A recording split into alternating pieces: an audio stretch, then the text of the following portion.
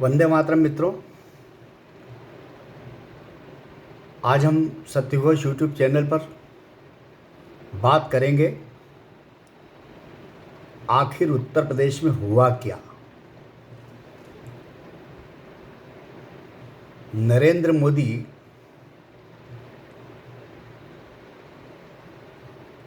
आरक्षण में कांग्रेस और समाजवादी पार्टी के छुपे हुए षड्यंत्र को उजागर करने में लगे रहे। भारतीय जनता पार्टी उत्तर प्रदेश में विधायकों और कार्यकर्ताओं और वहां के मुख्यमंत्री की राय की उपेक्षा कर दल बदलुओं और मौका परस्तों को टिकट देकर मोदी के नाम पर जीतने के आत्मविश्वास में डूबी रही। उधर अखिलेश यादव ने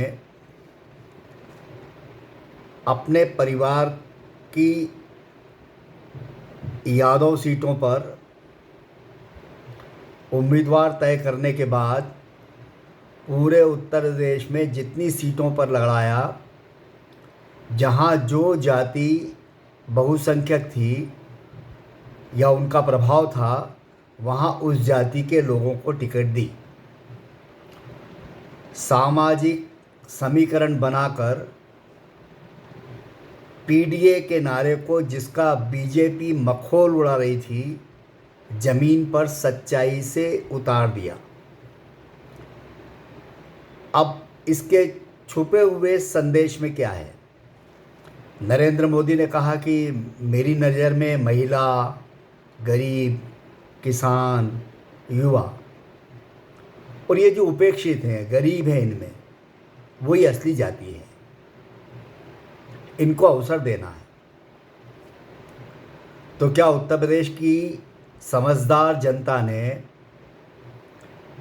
इन सामाजिक रूप से पिछड़े लोगों या जिनके ऊपर अधिक ध्यान सरकार और प्रशासन को देना चाहिए, उन जातियों की बजाय, उन वर्गों की बजाय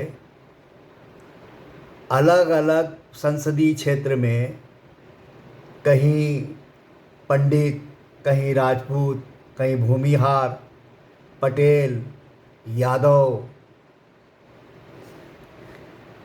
इनसे सामाजिक विकास की जातियां हार गई। मुसलमानों से विकास हार गया। मुसलमानों को भी हक है अपने उम्मीदवारों को जिताने का, एक मुश्त वोट करने का, पर उनका एक मुश्त वोट क्या अपने सही प्रतिनिधि के लिए हुआ है?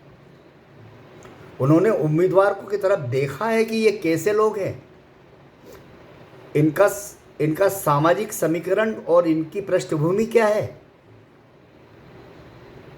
अयोध्या में सनातन पासी समाज से हार गया।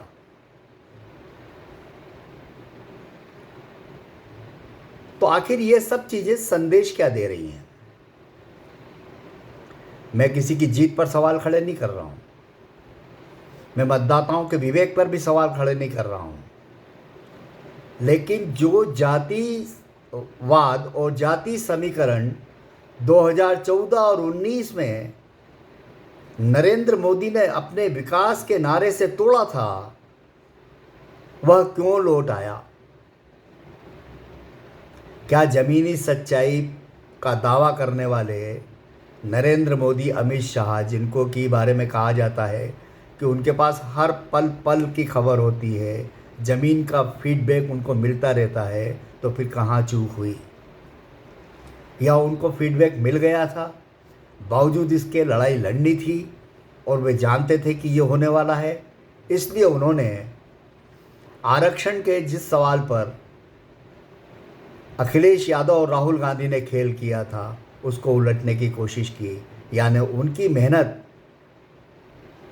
से ही जो सीट आना थी वो आई, या योगी के प्रशासन शैली से जो सीट आना थी वो आई, अन्यथा सुपड़ा साफ हो सकता था।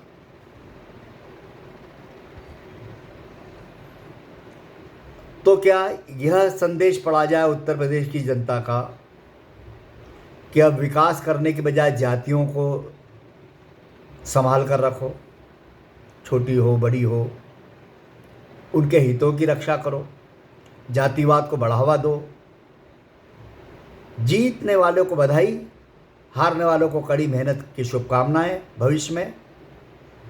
लेकिन राजनीति किधर जा रही है, उसे किधर जाना था?